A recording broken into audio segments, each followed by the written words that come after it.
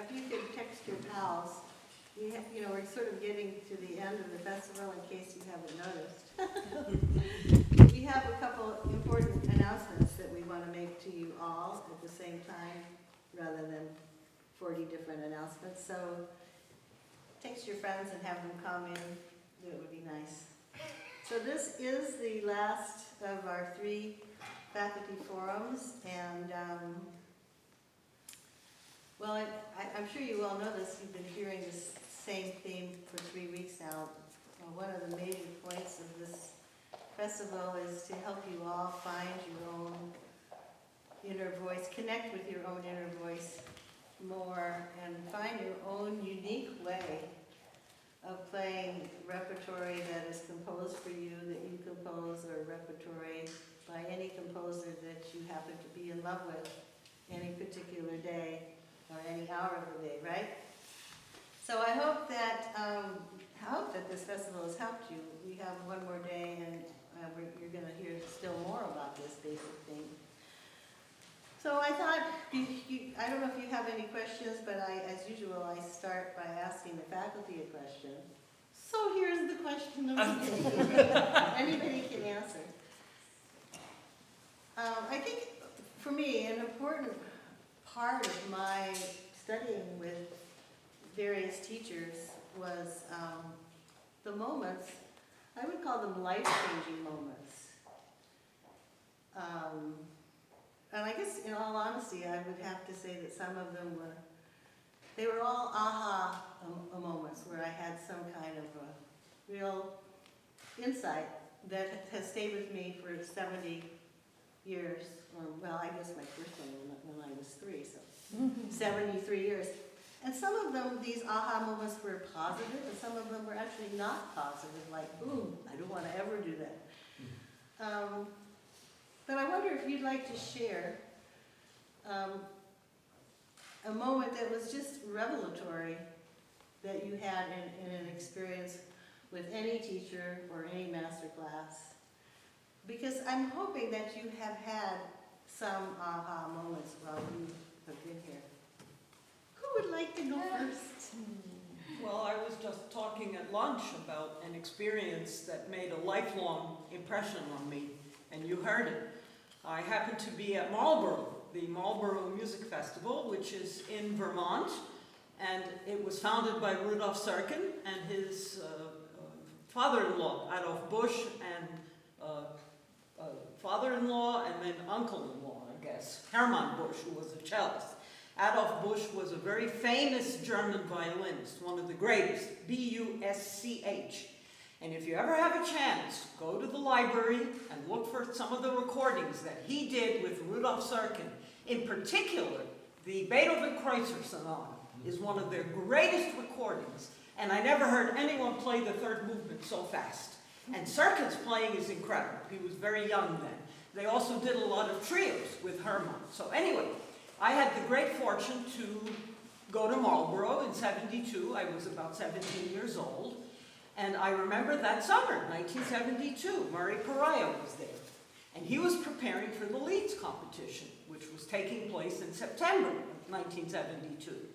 And one of his big pieces was the Schumann, Davisbrüdertänze.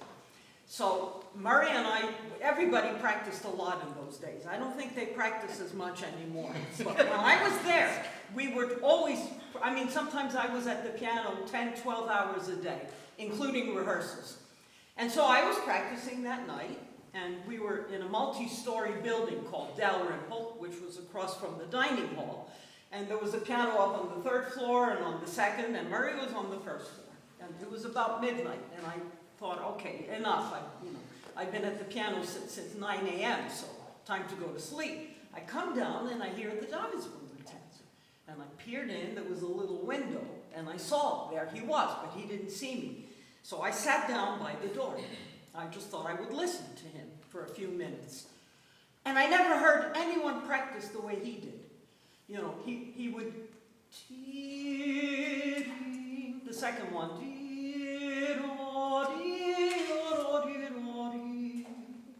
and he would try it, and he would just, on the first note, the attack on the D, it just was amazing. He tried it so many times. He never attacked the note, he caressed the note. And then he would get up and sing it, and then he would come back to the piano. And then he would sing a phrase, and then he would try it. And he would try it different ways. I mean, there is, as I told one of the students this morning, there are many different ways of interpreting something. Sometimes you can find a peak in the phrase that it comes earlier, sometimes it comes later. But you have to explore all options. So, I mean, it was just incredible. I didn't hear any technical practice, you know, like scales or practicing octaves or chords. I mean, he would play them, he would go over them. But the paramount focus was everything musical. And I actually never heard anyone practice like that.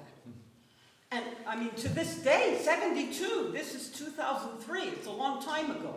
I never forgot it. And so the impact it had on me was realizing that when I go to hear a performance, yes, of course, you know, we want to hear, technically, we want to hear someone play well. The technique is the foundation, but it's not the goal.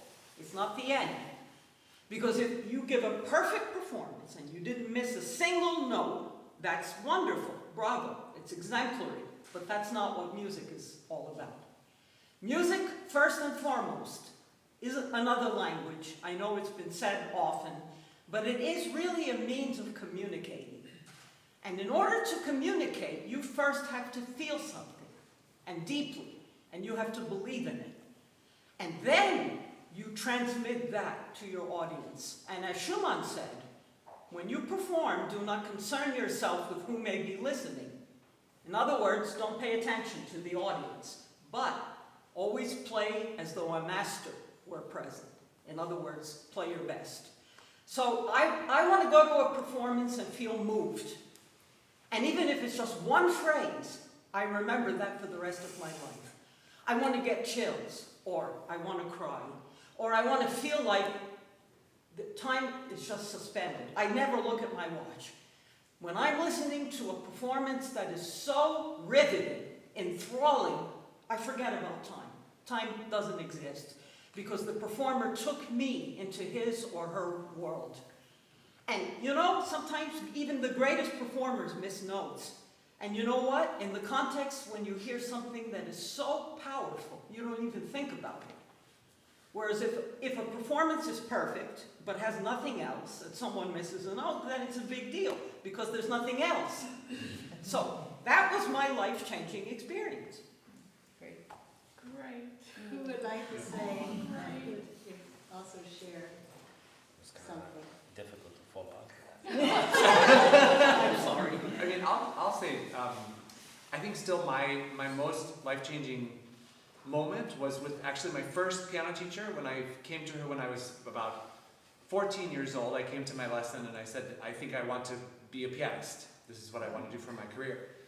And she gave me the best advice. She said, of course she was very supportive, but she said, only do music as a career if you can't imagine doing anything else. And that, I think, is what has driven me to always be happy and satisfied playing concerts in big halls, playing concerts in small halls, playing auditions for singers, teaching a piano lesson, sending a press kit to a conductor because I might get an opportunity to play a performance with an orchestra. Everything that goes with the music career, as long as I am involved with the piano and involved in music, I'm happy. So that total love for music, in that I can't imagine doing anything else, has driven me to always be happy with what I'm doing. I have the beginning of what you would call a professional career. I mean, I always played from the age of 3, never thought about doing anything else, always happy doing it, had great teachers. And that teacher, who was at Peabody Conservatory, who was training me for 3 to 5 years, as he said to my parents, I think she's going to have a long life in music. Now, if he saw me sitting here, he's not alive, he would drop and faint that it went that long. But he said that. But he was very careful. I played performances, I played little recitals, I did da. And he took his vacations in Mexico City. And he brought me and my mother every summer for 3 summers to Mexico City so that he could train me. Well, I didn't know what that was, but what it turned out to be was a lesson a day, all day, for 3 months. Now, I never had that before, but any Olympic athlete would know what that was, but I experienced it for 3 summers.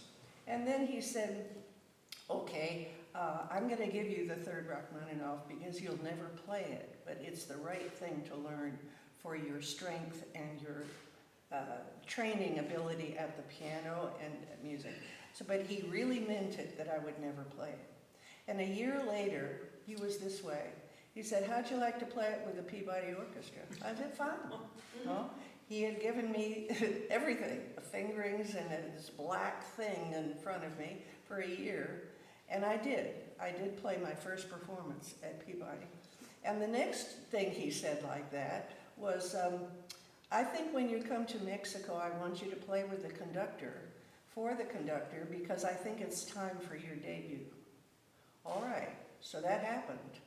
I was 17, and my family was there, and I met the conductor, and everything went well with the rehearsal. I was nervous, and he said to my mother, if she cries again, I'm going to have a fit.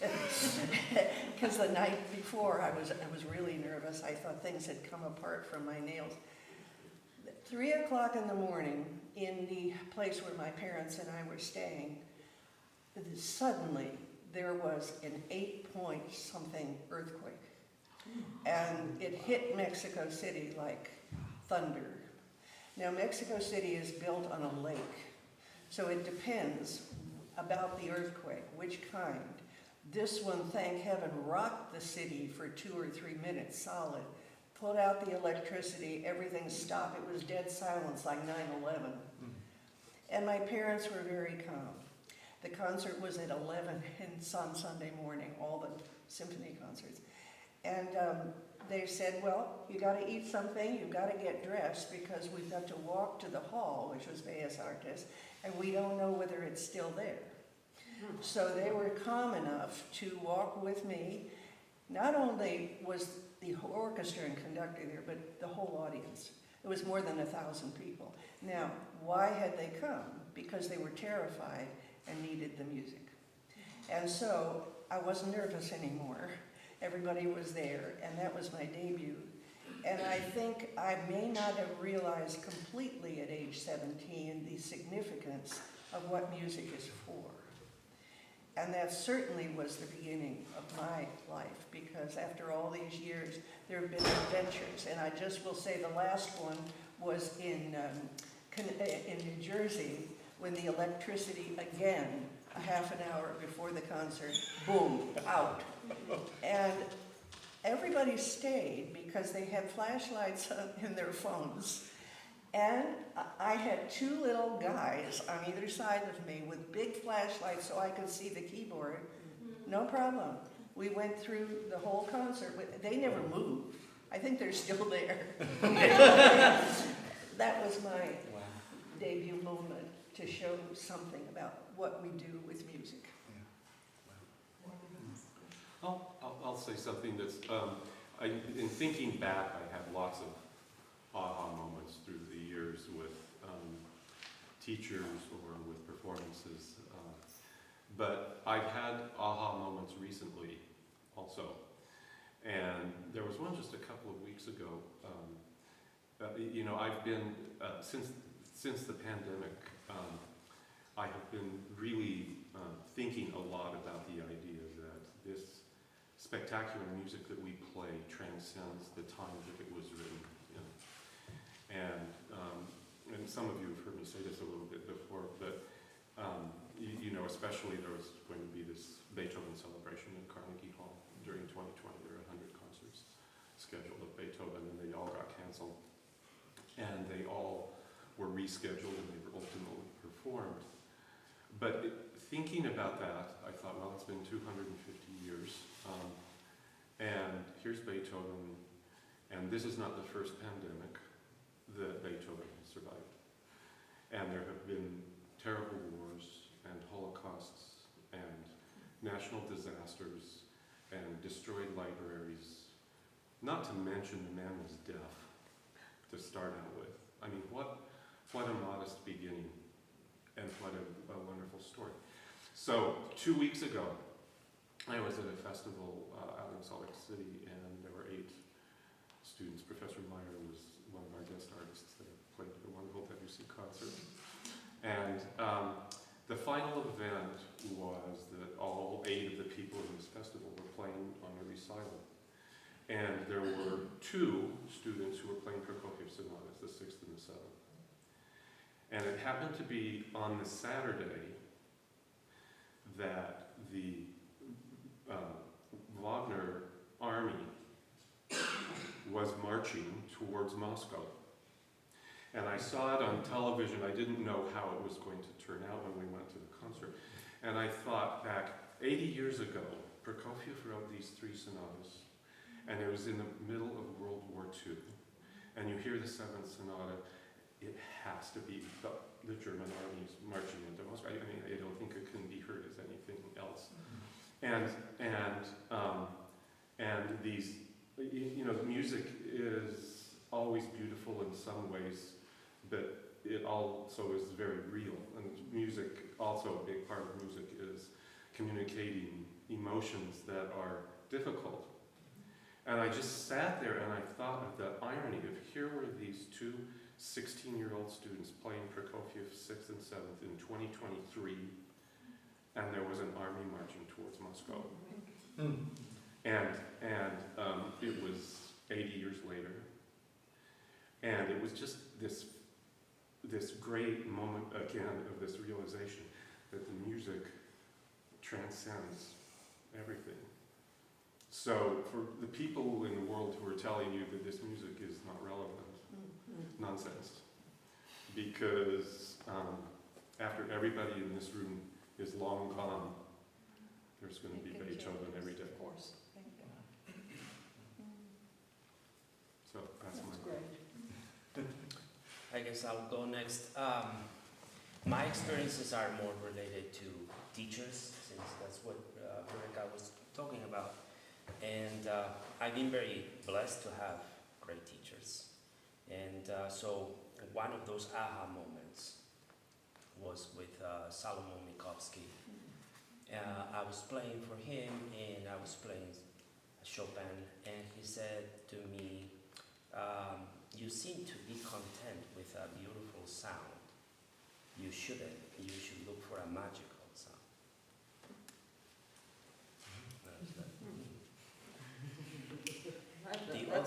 That's a tough one. Yes. Then couple of years later, I was playing something virtuosic, and he stopped me and he said, "That's very nice, very virtuosic, but you know what true virtuosism is when you no longer care about the virtuosity of it, and you're only concerning yourself with musical aspects." And then I had the fortune to study with Byron Janis. And the very first lesson, I took Brahms' Opus 117. And I was very nervous because for me, Byron Janis was like an idol. And I started playing, and he stopped me after about 4 or 5 bars. And he asked me, "What are you doing?" And I thought, maybe my balance is off, maybe my voicing is not good, maybe my sound is ugly. And he said, "You're playing pretty music, but you're not playing real music. What are you trying to do with this?" He said, "Why are you playing this way?" And I said, "Well, I'm just trying to control, the voicing and the inner voices." And he said, "If you want to control, stop controlling." And then he said, "You need to play every note, not just with your heart, you need to play it with your entire life." Great. Yes? Mm-hmm. And if I may just add to that, that was one of the greatest lessons that I learned from watching Rudolf Serkin. I mean, many of you don't know him. You may still remember Peter Serkin, his son, who died tragically just a few years ago at very young, 72. I mean, just tragic. Peter was so incredible and so different from his father. But when Rudolf Serkin performed, it really was. It was like all or nothing. It was never nothing. It was everything. Life or death. And, you know, there were times when, especially when he always played the choral fantasy at Marlborough. This was a tradition that went on for years and years. And I used to sing in the choir just so I could be close. And the first summer, Casals conducted, Pablo Casals, and the combination, Casals, one of the greatest cellists, C-A-S-A-L-S. You have to listen to his Bach suites. He was tiny, but he was one of the greatest cellists ever. And I actually heard a master class that HieYon Ma gave. He played for Casals at Marlborough. That was very interesting. Long before HieYon Ma became famous, he played for Casals. So that was a very interesting afternoon. And just watching Serkin in the cadenza, there were notes sometimes, I could see his hands vibrating. Because when he played the note, he wanted it to sustain. He wanted to keep the sound. And the way a string player would vibrate, he often did that. You know, you try to figure out, why is his hand shaking? Because he felt the note so intensely. He wanted the sound to carry through to the next measure. And so this brings me to, you know, I heard a lot of great artists. I grew up in Philadelphia. And one of the greatest who made a lifelong impression on me, and the first time I heard her, I told my parents who were sitting next to me, oh, I wish I could be like she, was Jacqueline Dupre. The greatest cellist, again, one of the greatest tragedies that she died so young. What I remember more than anything, I mean, first of all, she just gave me the chills. Every time she played, I had goosebumps, and then I would cry. But it's that she loved the music so much. That love just came pouring out of her, and she didn't hide it. And yet she was not mannered. She didn't have to put on a show. It was truly heartfelt. And that's what made such an impression. I mean, she just spoke to me directly. It was like someone had sent an arrow, and it went right into my heart. And I'll never forget hearing her. She played a recital with Barenboim. And look, he was incredible. He was fantastic. But I have to say, I was just riveted by her. So another recommendation, there is an incredible video that was made with her in an all-star group of the Trout Quintet. And you've got to find this video. It's probably on YouTube. And they actually recorded, this was from London, so it was recorded by the BBC. And they recorded the rehearsal and also what each of the string players, what everybody did earlier that day. Very interesting. Barenboim, okay. Zubin Mehta played the double bass. I mean, you know, all-star group. And Perlman played violin. And then was it Zuckerman that played the viola, and Dupre. I mean, it's an all-star group. But then they filmed it with them playing. Oh, and then there was a very funny scene where Barenboim was playing her cello. You know, there are all sorts of things. They clown around a lot, and that's all wonderful. But then when they get on the stage to play, wow. And it was always, I had the same reaction. Every time she played a phrase, I melted. Yeah. It just was so beautiful and so sincere. And so, I mean, there are no adjectives to describe it. And so for me, this is the definition of music, really. It's what music is all about and what it should be in the best of times and even in the worst of times. So if you haven't seen it, please try to find this video and watch it. I agree with you, Jacqueline Dupre. I have nothing against Barenboim, and I saw him conducting Oh, of course. and playing entire Bach Voltenveretes live and two sets. So, but I mean the videos and recording, they are just like shadow. Actually, it's not really transmitting everything, but the video of Jacqueline Dupre, that's really something. Yeah. Whenever I see this, that really, there is a magic which even come through his all technical Yeah. gadgets and cutting out waves, and that's really magical. And Baron Jazz, actually, you remind me of him. I met only once, actually, a long time ago, and it just reminded me what he gave me, which I still don't forget, even though I didn't study with him. He told me, now you're going to do your career, and you're going to perform, and there will be people who likes you or who doesn't like you. And if 60% of your audience liked you, then consider that's a success. So there was women like really 60%? It's a The funny former story. like When I That's not much. One afternoon when I was with Rubinstein, he looked at me and he said, I want to tell you something important. He said, only 51% of the people have to appreciate you, and then you will have success, he said. Yeah. So, he said, just, it's no big deal, 51%. I mean, I was so struck by that. Anyhow, do you remember last weekend, Connor Choi said something very important. He said, your life is music. And that's something that you really, really need to remember, because your life is music.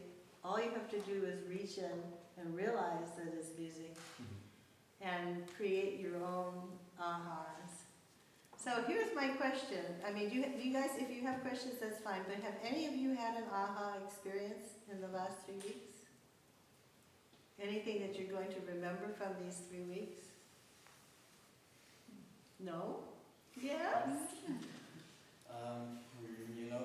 My very first lesson here, I was playing the first movement of Alpha Sonata for Mr. Green, and then I didn't feel like, I did my best there. And he asked me, why are you playing this sonata? Except for that you have to play, classical sonata. I just told him that it's just a special sonata for me. I like it a lot. And then he asked me, what do you feel when you play it? What do you want to express? I said I wanted to express some sort of, struggle or some anger or something like that. And he told me you were not able to express anything. And then it was like, something happened to me that, I wasn't able to express myself. And as the lesson went on, it got better and better. And he said, just probably try to find that child inside of you, that you have something inside of you. And, just play how you feel. Anybody else? Any questions at all? No? Yes? Two hands. Not about the question, but one aha moment in this festival for me was actually having a lesson with Caterina Domenici, a composer that I worked on. And I was very fortunate that I had 2 lessons with her, because some of the spots were empty and I got that chance. And I worked on my upcoming trio competition commission piece with her, and speaking as a composer and pianist also, Professor Domenici gave me a very important lesson that we all learn the notes in a very late minute, like right before the competition or concerts. And my very bad habit is that I just read the note without any analyzing things. And if I don't have a chance with working with her with that commission case, with that kind of analyzing thing, and I would never learn the counterpoint in the written commission piece right before the competition or even in the competition. That was one of my aha.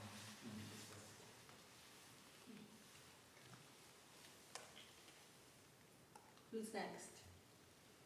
Another Question Or question? Anything? Anything. Can I ask a question? Sure. would send us tweets. Maybe that would have better results. Go ahead. So there is the aspect of being conservative in some ways, or with some composers more or less, and there is the aspect of having some, how to call it, individuality or something like that. So do you think that the aspect of conservatism can sometimes be dangerous, especially in competitions? What are you calling conservatism? What do you mean by that?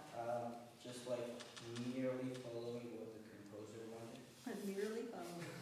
Just, there are some people who just follow the text and they feel like that's the way it should be played, right?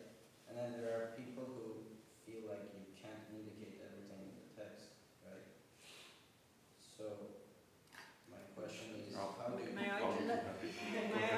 Okay, well look, for some pianists, like Rudolf Serkin, the text was like the Bible, totally. And if you did anything different than what was written in the Bible, then you're a sinner. You've already committed a terrible sin. But I think, realistically, the way that I've looked at it is, yes, of course, we look at the text, we look at everything the composer wrote, but I take it further. I also try to read as much about the composer as I can. I've said this before. These composers whom we're playing, they were human beings, and they had lives like we do. And for example, if you're playing Schumann, you'd better know what's going on in his life, and you'd better read several biographies, and you'd better read the letters between Robert and Clara Schumann, and perhaps later letters between Brahms and Clara Schumann. I mean, you have to know the history as well. The more you know, the more informed you are. And then, what I like to do, but I don't do this right away, is I try to listen to as many recordings as possible. 10, 12. My husband happens to be a great collector. We have thousands of recordings. And so sometimes he can bring out 15 recordings of the same piece. And we have instant comparison. We can compare. But I only do that after I've already learned the piece. And the reason is because when I'm working on something, I want to be able to formulate my own interpretation. And my own interpretation, look, Mieczyslaw Horszowski said to me at Marlborough, always trust your instinct. Instinct is very important for every musician. And if you follow your instinct, sometimes that will tell you. But again, if you read and you know about the history, you know what was going on in the composer's lives, that has a way of shaping your interpretation. And that's why the knowledge, it's not enough to just sit down and start playing a piece. Yeah. And then I listen, after I've learned it, then I listen to all the recordings. And then for me, it's very interesting because I already have formed an interpretation. Yeah. I know what I believe in, I know what I like, and then I'll hear someone do something and I'm like, well, oh, this is fantastic, I love it. But then I'll hear someone do something else, well, I didn't care for that so much. But you see, I never use recordings to, like a crutch, to then start borrowing. Okay, this is from Argerich, this is from Barenboim, this is from Polini, or Curzon or Pariah, because then it's a hodgepodge. It's no longer your voice. So the key word that you said was individuality. That's my mantra, is to be individual. Now, how? How can you be individual? Sound. For me, sound is everything. I mean, you can always tell the greatest artist by their sound. And what does sound have to do with technique?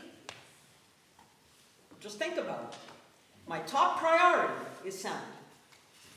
And that's why magic sound, that's it. That's the highest. And that's where you can really develop your own sense of individuality, your musicianship. And that encompasses different touch and great dynamic range, because the greatest artists can play so softly that, oh my God, that was incredible. How softly I heard Horowitz several times live. You don't hear that in the recording. You only hear it live. When he played softly, everyone was on the edges of their seats. And he projected. In a 3,000-seat hall, you could hear him in the last seat in the top. Do you know what he had in many recitals? in the middle of a recital, suddenly there would be a group of Scarlatti. Mm.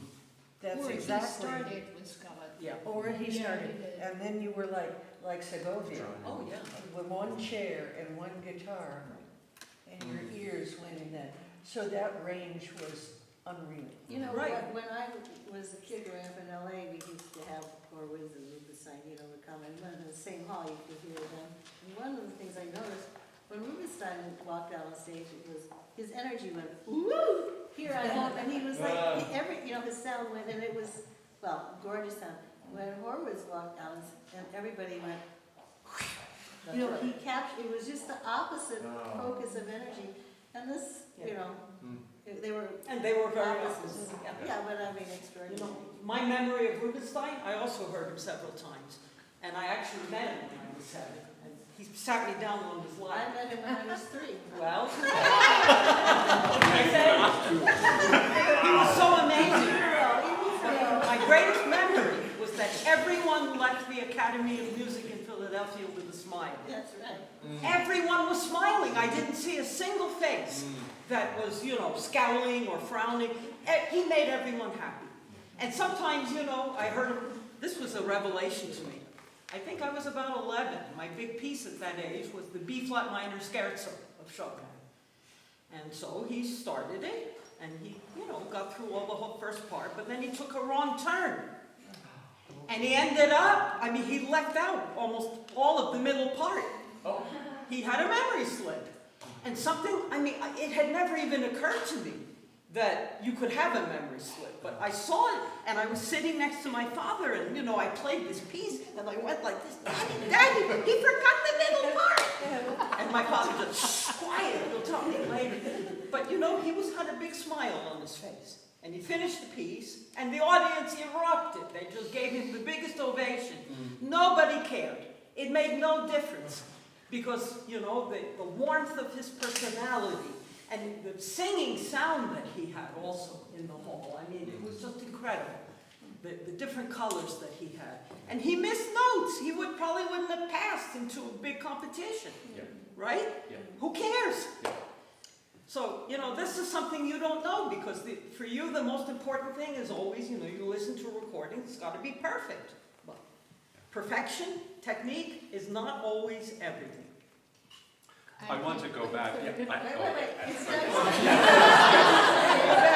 There's such a good question. There's so much we want to say. I want to go back to the doing everything that's in the score. Yeah. And so, and one of them is related to an actual aha moment with a teacher. That going in and observing every single marking in the score isn't a conservative thing to do. It's an enlightening thing to do.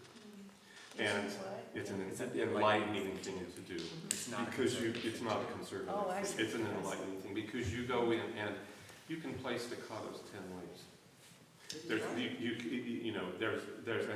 the aha moment in my life where there was a teacher that I was working with, and I had some feeling, I want to do this here, and I want to do this here, and I'd like to do this here, and I like this inner voice here.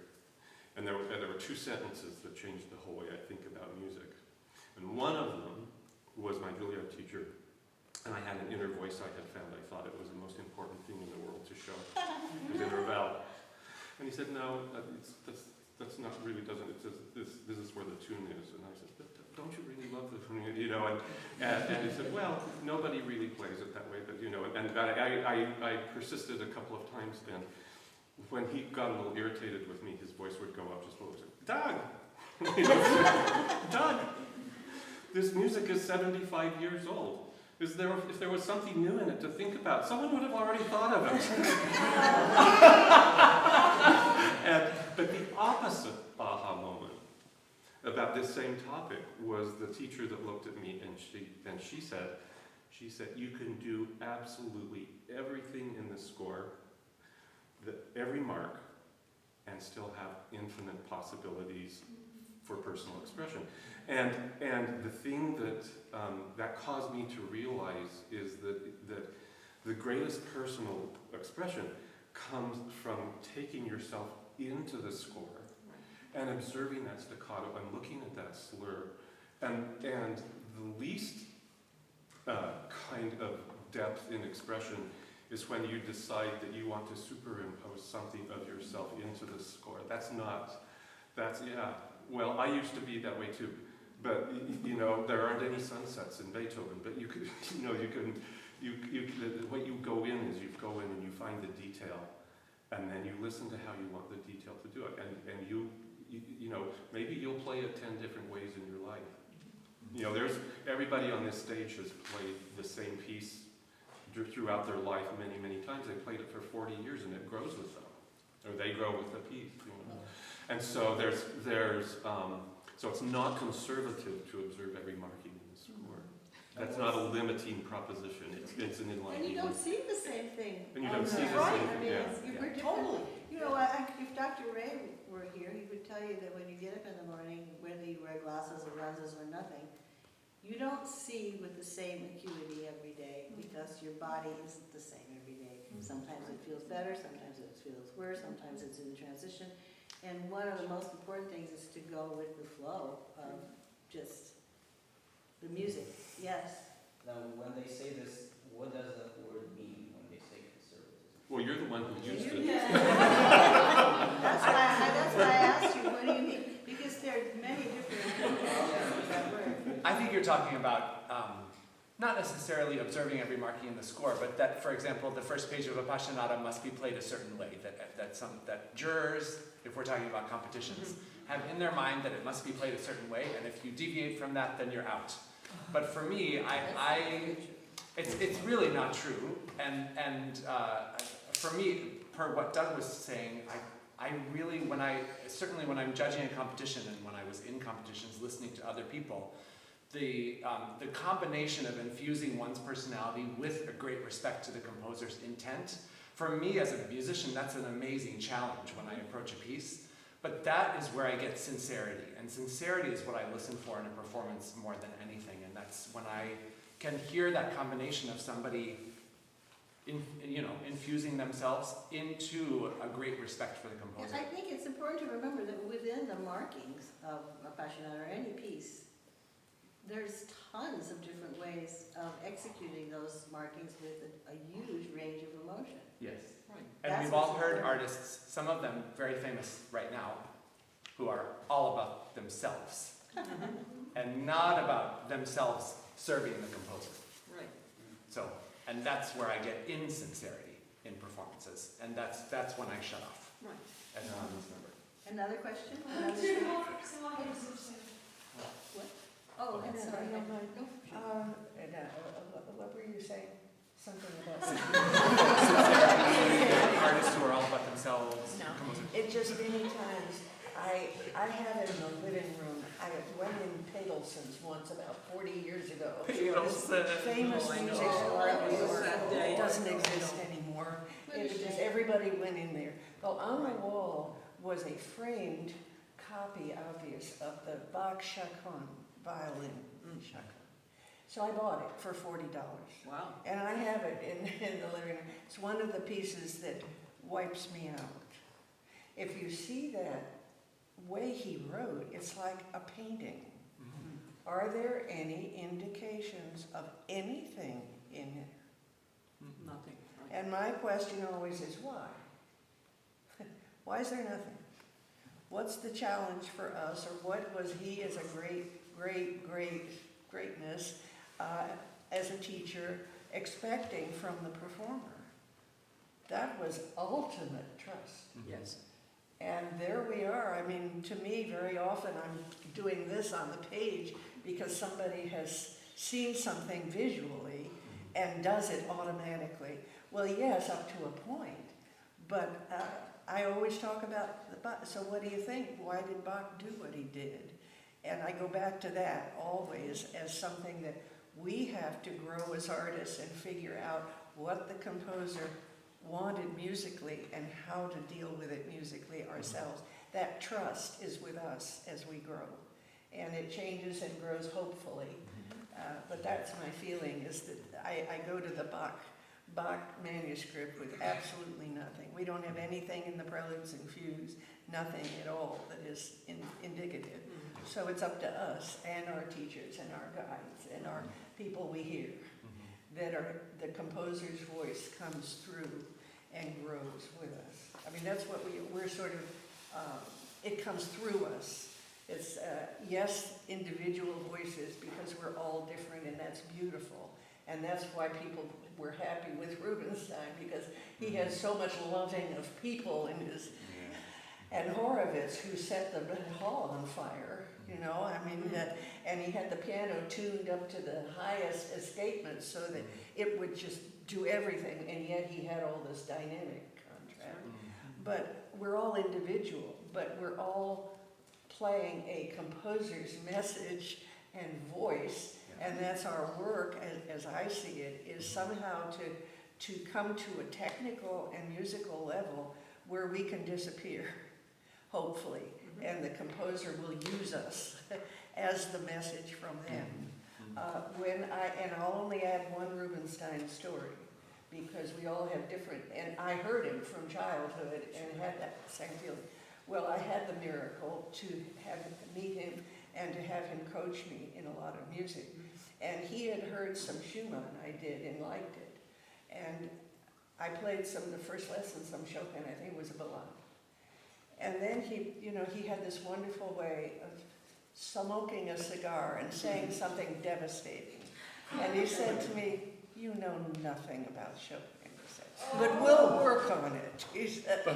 Well, I had a Polish teacher, and I was 22, and I played a heck of a lot of Chopin. I didn't think I was any expert, but to have someone like that, who wanted to help you as a musician, say that to you, well, the way he said it, I almost laughed because of his delivery. He was a great comic and storyteller.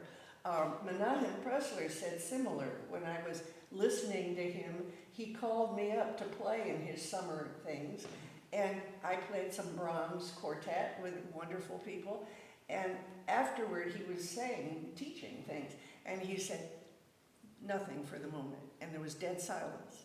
And then he said, "You're not playing in Madison Square Garden." And what he wanted to say was that I was shouting and banging and with excitement, you know. I mean, it was delivered with humor. But yes, I mean, that was an aha moment for me. Okay, and put it back down to square zero. We start over again. So, anyway. Do you have any more questions? Or? Yeah.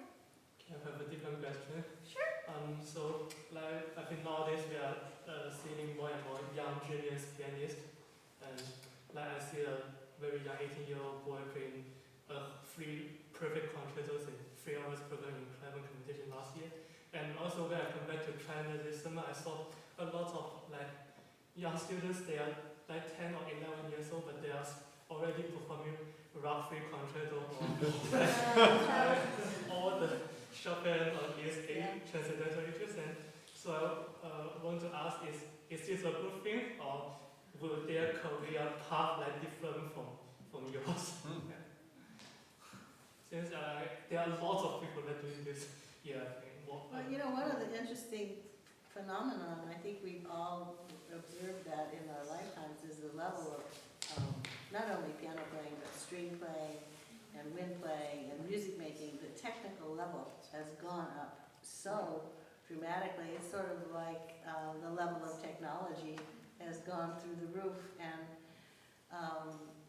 it's astounding how well everybody plays the piano, and it has changed. It used to be just, you know, like high school seniors, college age and above, and now we find, or you hear, these 12 and 13, even 10-year-olds playing. Yeah, I mean, just, you know, incredible pianism, and also so devoted and such high level musicianship. And I don't think any of us has a crystal ball to say, you know, what these young kids, or even what you all are. I mean, I don't know what we'll be doing in 20 years, or if we'll be doing anything. Or, you know, I mean, it's sort of been impossible. But it's wonderful to see more and more people loving music. It's wonderful to see more and more, for instance, Vietnamese students coming over to audition for colleges. So the world is a big place with lots of room, I think, for expression. But I would add, the most important years, and I'm telling you from my personal experience, are these years.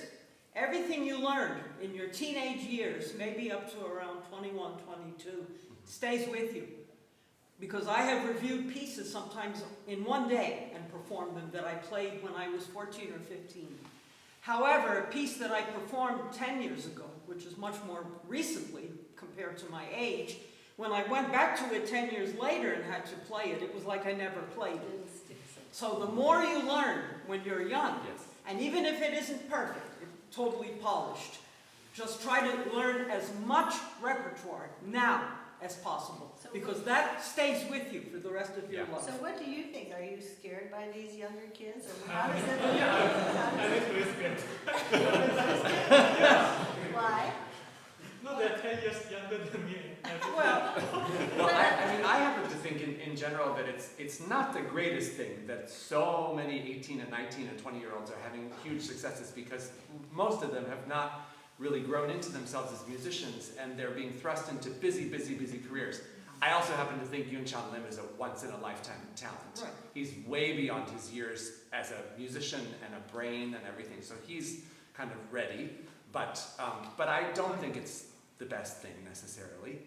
That for that to be the example that you must be, you've got to be 18 and playing all these things and He's getting a talking career. about So. 13 and 14-year-olds. Well, yeah, but I prefer to have somebody actually grow naturally and, you know, gain success in their 20s and late 20s and 30s, and when they're a musical adult. And you know what you saw is everybody eventually turns about 23 or 20, you know, and all of a sudden there's, you know, everybody who lives on West End Avenue in New York plays Rachmaninoff 3, and they don't get to say in their bio, I learned it when I was 14. It depends. What's important is how they're playing it when they're 23, Yeah. Right. or 30, or 50. That's right. You know, and so it's great to have the dedication and the learning, but life changes, and most people go through a little time around 22, 23 where there's a little bit of a you move into the next phase, and you no longer get to be you know, a prodigy anymore. Yeah. No one cares. Well, there was a great pianist. You know, we have to kind of wrap up. I know. 2 more minutes. So I just wanted to say, Ruth Lenchinska, Polish pianist, and she wrote a book called Forbidden Childhood.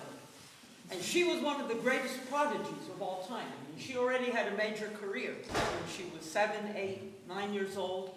I heard her play with the Philadelphia Orchestra, but then she had a nervous breakdown, and she didn't play the piano because it was too much. Her father really exploited her, and he tried to make a lot of money by, you know, her fame when she was a child.